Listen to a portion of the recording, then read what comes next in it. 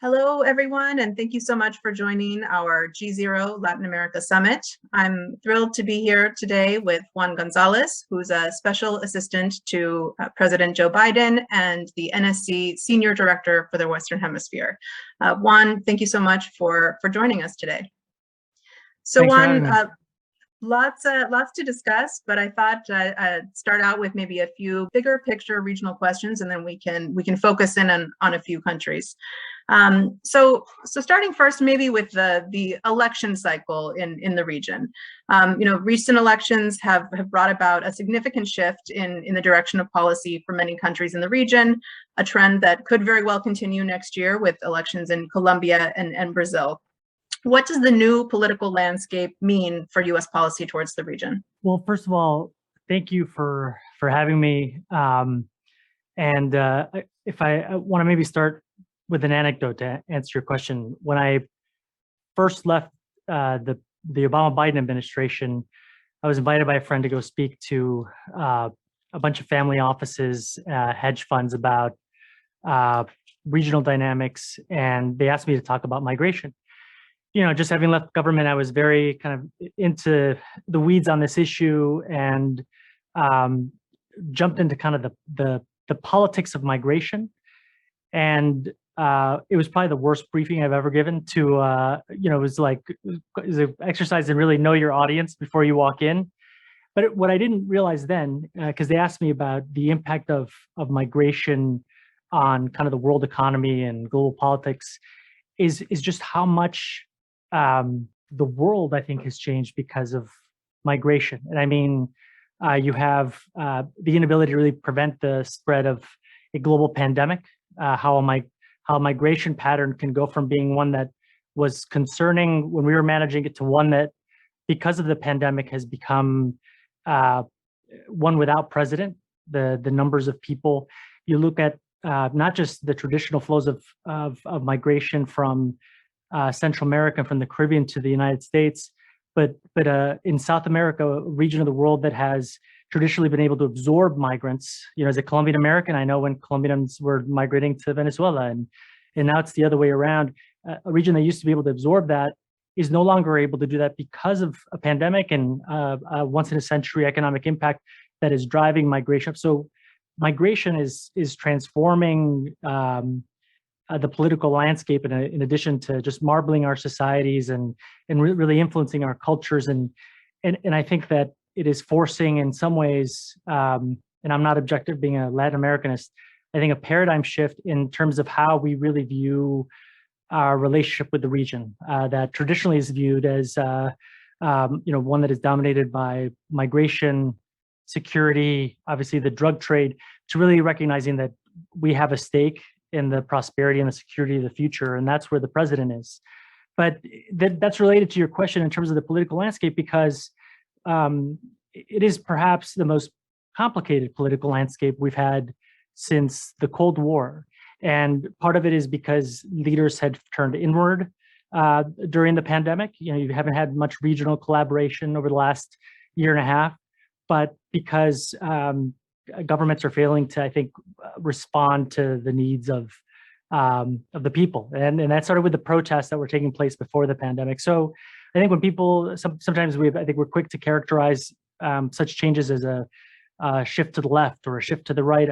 I frankly think we're in an anti-incumbency environment where those governments that aren't able to deliver the goods are voted out. And then you have a tendency by some to want to change the rules of the game to stay in power, as we've seen in Nicaragua, as we've seen for a while now in Venezuela, but also in other places. Governments are responding to some of these challenges of governance in different ways. I think Chile is an example of one that we're debating about the Constituent Assembly and how it'll end up. But ultimately what Chile is doing is it is embracing more democracy as a way to really come out of the other side. And I'm confident that they will. So it's an interesting time to be working on these issues. Indeed, appreciate that. I want to turn now to China, which is often, I think the broader U.S.-China relationship often plays out to some extent in Latin America, which has long been caught a bit between the two powers, which are both very important sources of trade and investment. How do you view China's level of influence in the region today? What tools is the U.S. using to counteract, to act as a counterbalance to China? That's a great question. I would start by saying that, look, somebody who was born in the region and has studied the region, had the honor to work with really great diplomats and policymakers. I would start by saying that the region is not a pawn in a broader global strategic game, but rather over 600 million people who are each trying to kind of determine their own future in a way that, like you and me, just wants a good life and wants access to education, access to healthcare. And when you think of the region that way, you realize that Latin America today has more options than just us.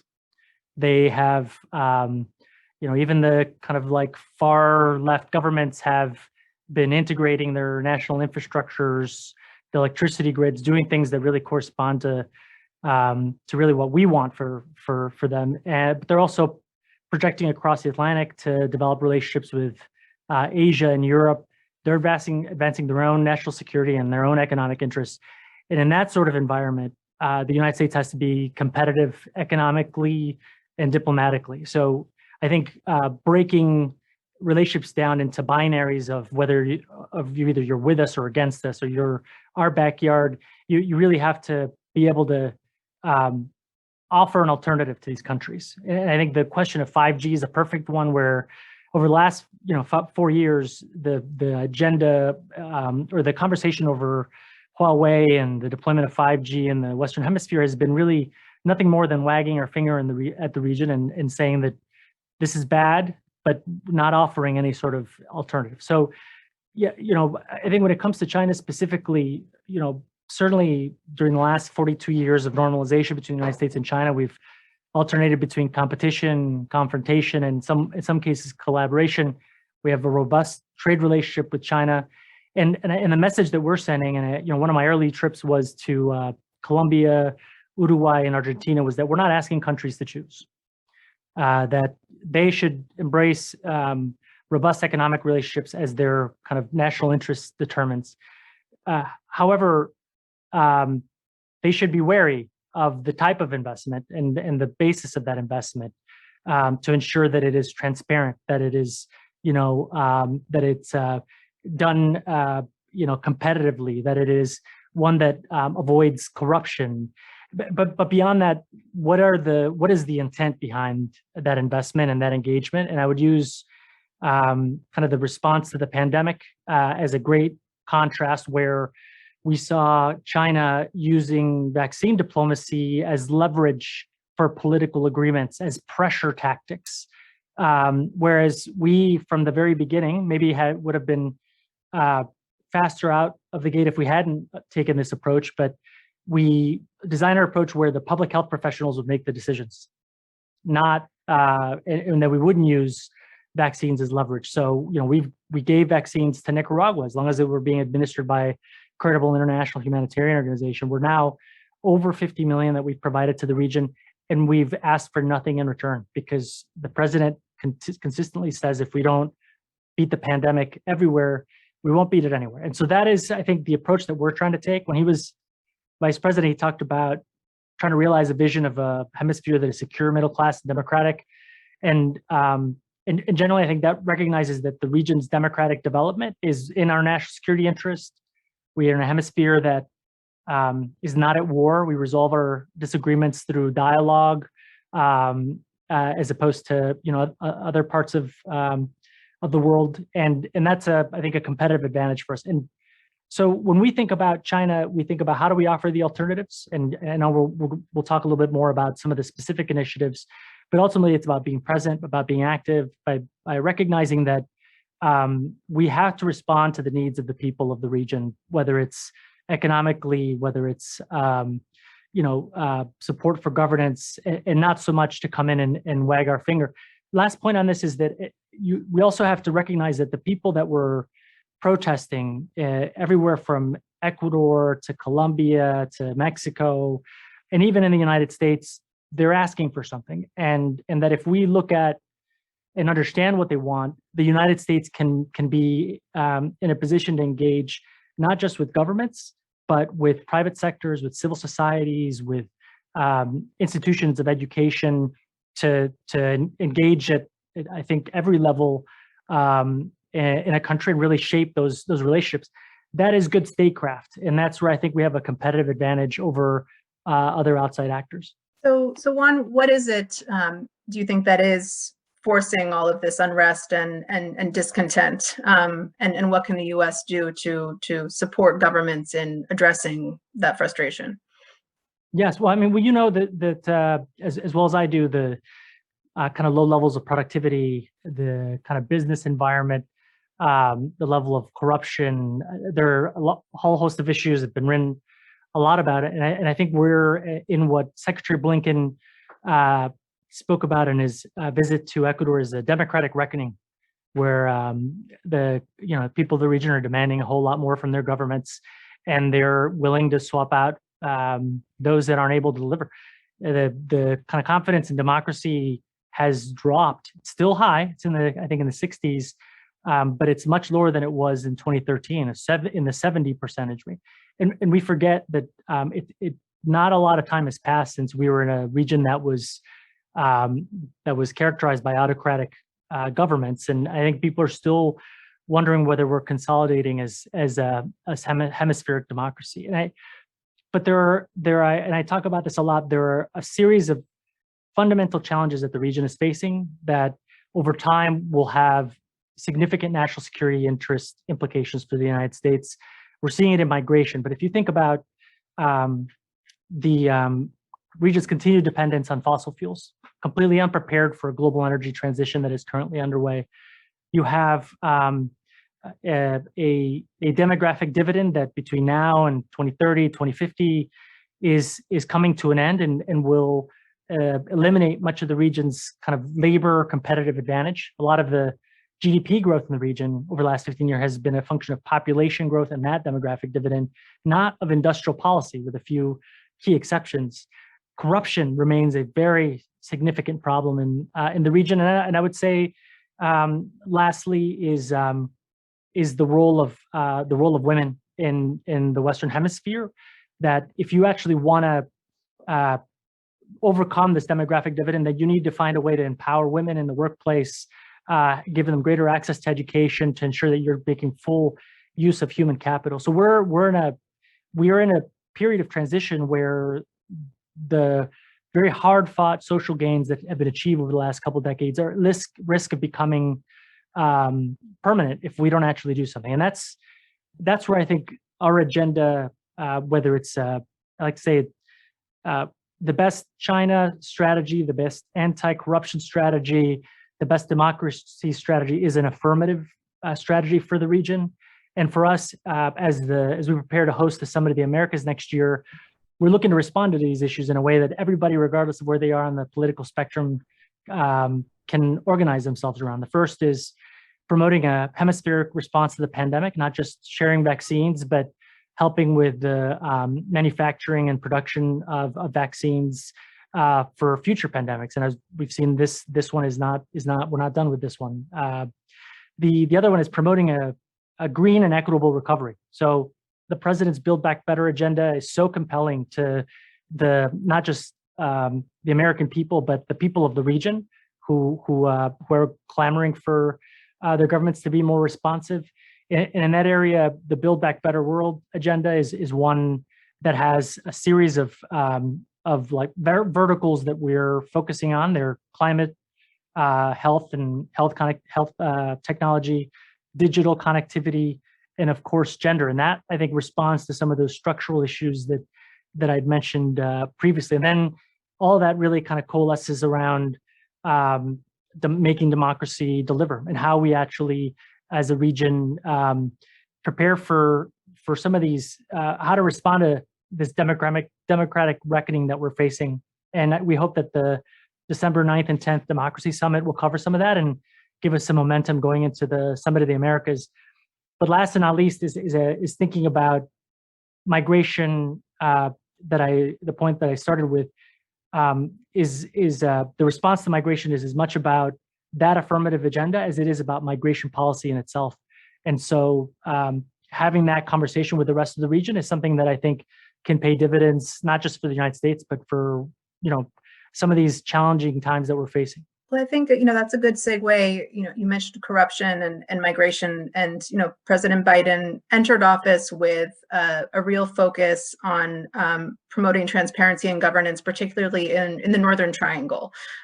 We've also seen that governments in that region, or the elites in those countries, have been, quite resistant to those governance and transparency initiatives. How are you, thinking about that challenge today, and are you considering tougher actions to achieve those goals? Well, I mean, on the issue of corruption, particularly in Central America, but it's a problem throughout the hemisphere, and there's corruption here in the United States, other parts of the world as well. Is that for far too long we have compromised on issues of corruption.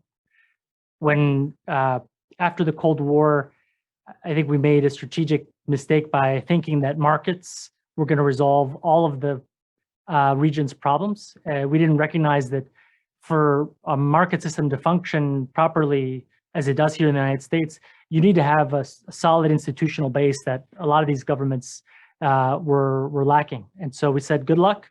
And surprised, you actually have, as I've referred to as this predatory elite that have developed in these countries that benefit by not investing in kind of social goods, and they have migration as a release valve that generates remittances and therefore kind of drives consumption in their countries. And so I think there are two things that are key here. Is number one is we can't compromise on corruption.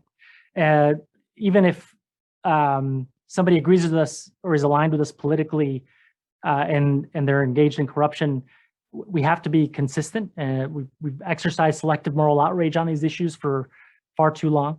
And so some of that is, of course, punitive actions. There are visas, there's sanctioning, there's economic pressure. But I want to highlight something that the vice president has been doing as a part of her leadership in the Northern Triangle. When she came at this really with fresh eyes, asked about and has been focused on promoting a profit proposition to combating corruption. This development and financial initiative that she's been launching, her kind of call to action, has been one where she's trying to disrupt the kind of traditional economic actors by bringing new entrants, but ones that have made a commitment to transparency, to combating corruption, to get those economic actors in these countries who do want a transparent system to recognize that there's a profit motive and that they have support from the United States and from other private sector actors, but then also for legislators and policymakers to see that if they create a certain environment, that it'll actually lead to their thriving economies and much more stable economies, and so. And as we kind of go through these transitions that I was mentioning, you have a Central America that is not prepared. And so I think a lot of these, traditional elite can kind of preserve the status quo as their economies slowly decline, or they can try to embrace new technologies and new ways of doing things and more transparent ways of doing things. And that can accomplish what the vice president thinks that Central America could potentially be a bridge between North and South America, an economic bridge that could be prosperous, but it's require a lot of work, a lot of reform, and frankly, a lot of transparency. So specifically on El Salvador, I mean, that's a country in Central America where we've seen a real deterioration in the bilateral relationship, especially since May. But the economic situation, as you know, is also quite delicate. They have an extremely high debt burden and limited financing sources. Would the U.S. be willing to support an IMF program in El Salvador if the President Bukele were to pursue one? Well, I'll say on El Salvador, I never thought I'd be watching the price of Bitcoin as much as I am in this job. and that has significant implications for the future of that economy. But um, of course, we would support an IMF agreement.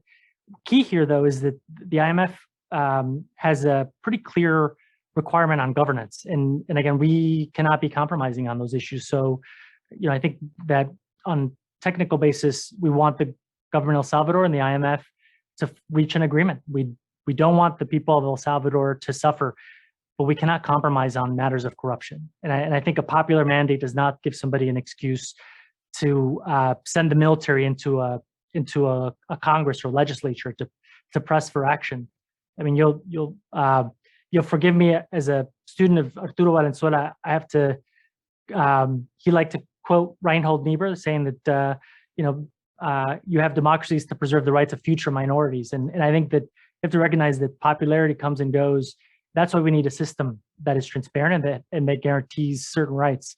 So, very concerned about El Salvador. We want him to succeed as president in a democratic system. We want them to reach a deal with the IMF, but not compromise on the requirements of that agreement. Excellent. Well, sticking with the IMF, we have also seen quite a lot of headlines in Argentina with the Fernandez administration seeking a new IMF deal, but also taking a relatively hardline stance in terms of the conditions that they're seeking. What would the U.S. expect from Argentina in order to support an IMF deal? Well, look, I'm sure you've also read these books. I was a big fan of Paul Blustein's book, and the money kept rolling in and out, and Michael Moose's analysis of what happened. And so I'm one of those people that studied kind of Argentina's relationship with the International Monetary Fund since 2002. I think we have an opportunity here to turn the page on 20 years of rancor, to reaffirm I think the value of our Bretton Woods institutions to respond to the times of today, and frankly to bring Argentina back into the international financial world in a very constructive way.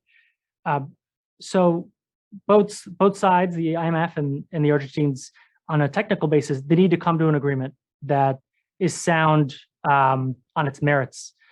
And that's something we're watching very closely, and we're really optimistic that it'll happen, because if it does, it could really be transformational and open a lot of opportunities, not just for Argentina, but in terms of our bilateral cooperation.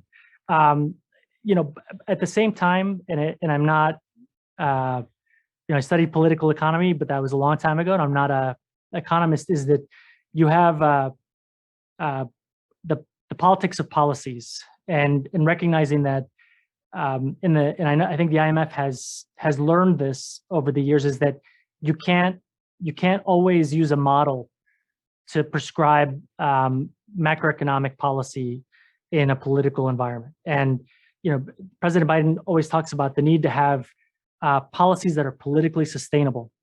You have to recognize I think the domestic context in Argentina. You could call it factor endowments in terms of just how the economy is, the complicated nature of the politics.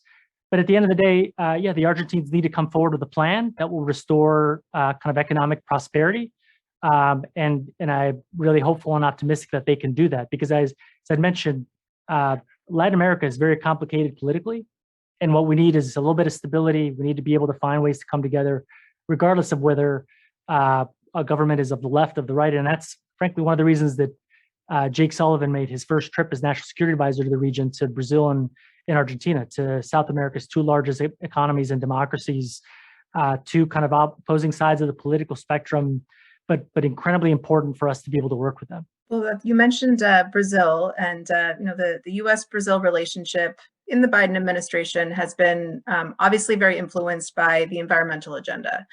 Was Brazil's new target for carbon reduction and end to illegal deforestation seen as constructive? Where are we in terms of that agenda? So the announcements were constructive. They had played an active role in Article 6 negotiations.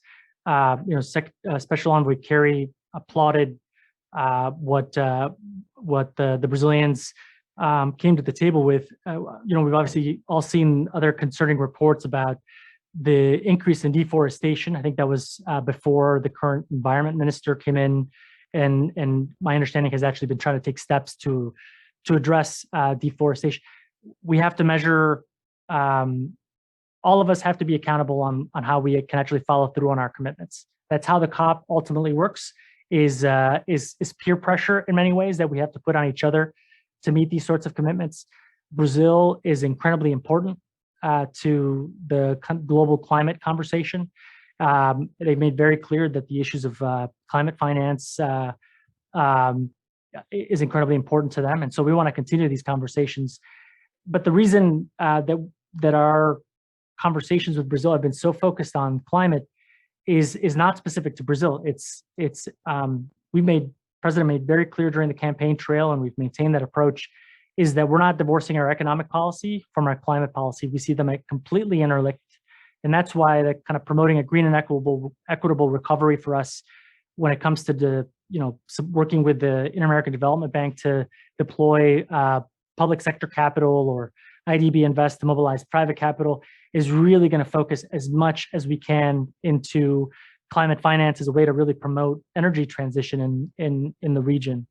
So I think that some other countries try to have it as a binary approach, and that's something that for us is we can't do. But at the same time, climate has not prevented us from engaging Brazil on a whole host of issues. I mean, we've been engaging actively on them.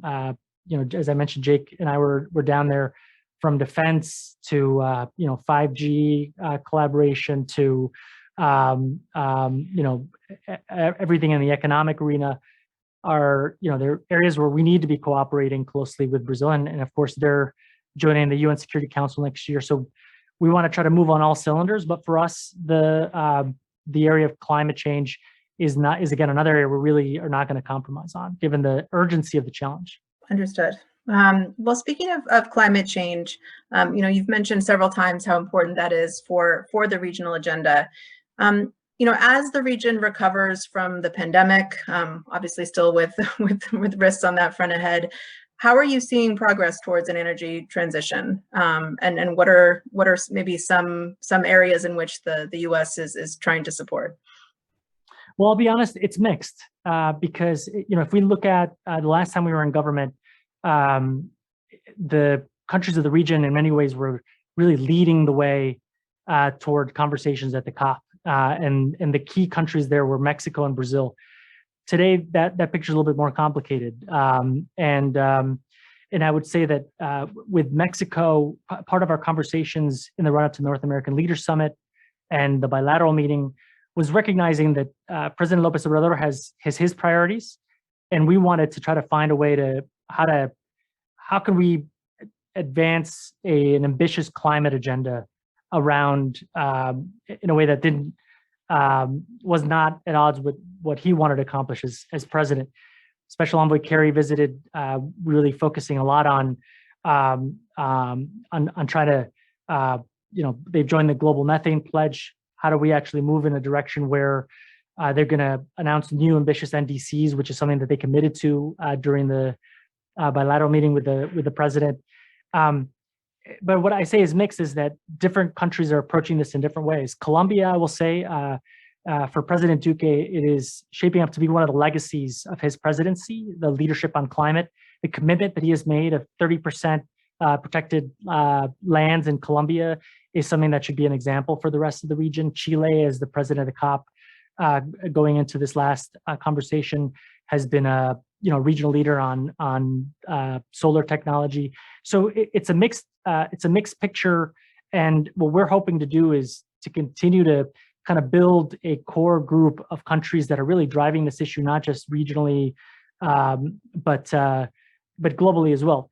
The challenge, I think, is that climate change has to have an economic benefit for these countries, given the state that they're in.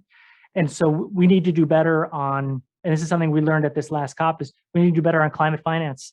Latin America receives a small percentage of climate finance compared to the rest of the world. We need to do better on that.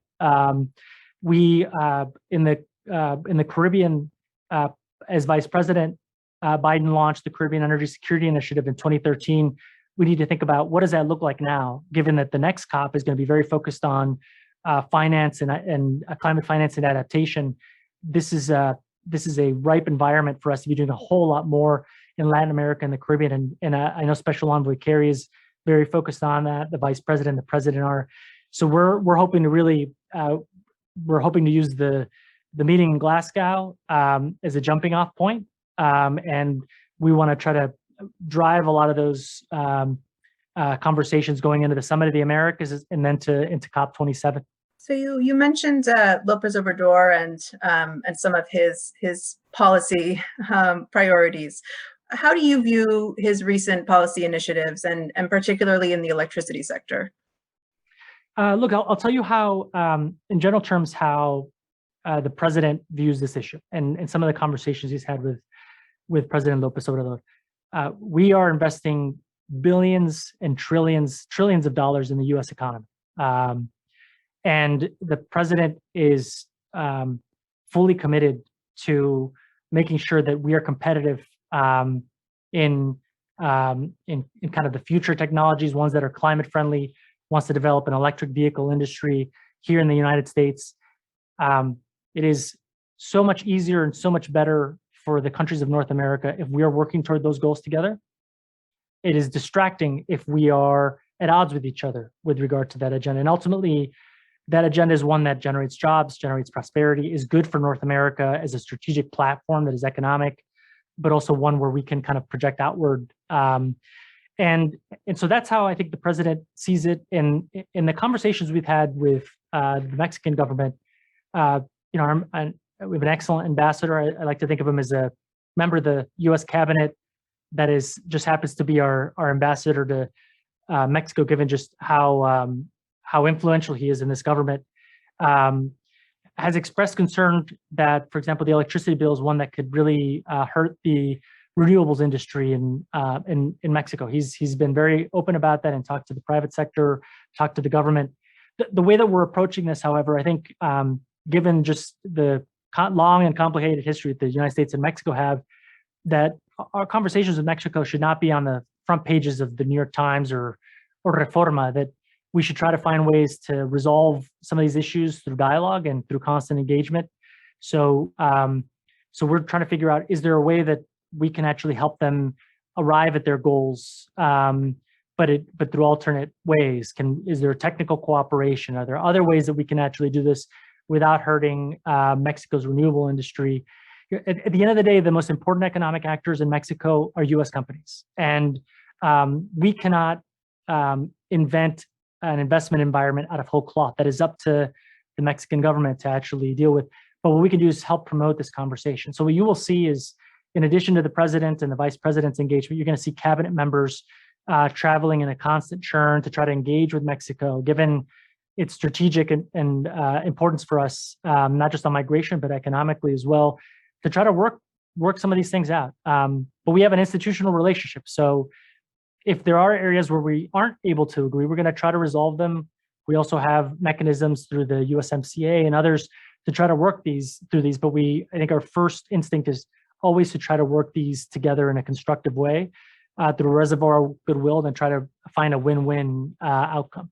So turning now to Venezuela, it's obviously a tricky one, but the Biden administration, along with the EU and Canada, has made clear that it needs to see progress towards addressing both the political and humanitarian crisis in order to consider lifting sanctions.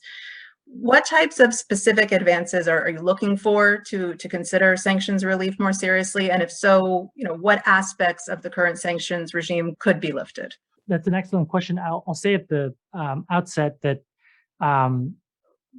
when it's all said and done, the analysis of the quote unquote elections on November 21st will show it was a huge defeat for the regime. All in, if you look at the total numbers, more people voted for non-regime candidates than they did for the regime. And that is with all of the trickery that the regime did to try to benefit itself. So I think it should have been a wake-up call to the regime that maybe the people of Venezuela want something different. I think that's something all of us have known. But ultimately, look, we when we came in and on the campaign trail, the president has been very consistent since we came in that that what we want is to arrive at democratic outcomes where all political actors, from Chavistas to folks on the right, can compete and can resolve their differences through the democratic process. There is no one silver bullet that's going to promote a regime collapse or a regime change. And so we see that negotiations are the only option. There are no sanctions that are going to change the status quo at this particular moment. And so what we are very committed to is that the regime and the Venezuelans who want democracy are across the table and are producing concrete, ambitious, and irreversible outcomes that move the country closer toward having a democratic process. And we will react on that basis. We've sent very clear signals that normalization with the regime is not possible outside of the talks, that the way to change US policy is through the talks. And so that has been key. It's also allowed us to expand the international consensus in favor of democracy in Venezuela, because we've made very clear that we will make unilateral actions for humanitarian on humanitarian grounds. We've offered vaccines. We've obviously programmed significant amount of resources to address the Venezuelan humanitarian crisis. President granted temporary protected status to Venezuelans already in the United States, and we will continue to do that. But we're ready. We're ready to lift sanctions, but we're waiting for progress. So we're hoping that both sides sit at the table. Until then, we're going to be on the side of those Venezuelans who want democracy. Excellent. Well, Juan, I want to thank you for your time today. You've been very generous with your time, and appreciate your participation in the event. And thanks also to everyone who's joined us today for the summit. And have a great day. Thank you for having me. Thanks, Juan. That was awesome. Really appreciate it. Thank you. Have a good weekend. You too. Bye.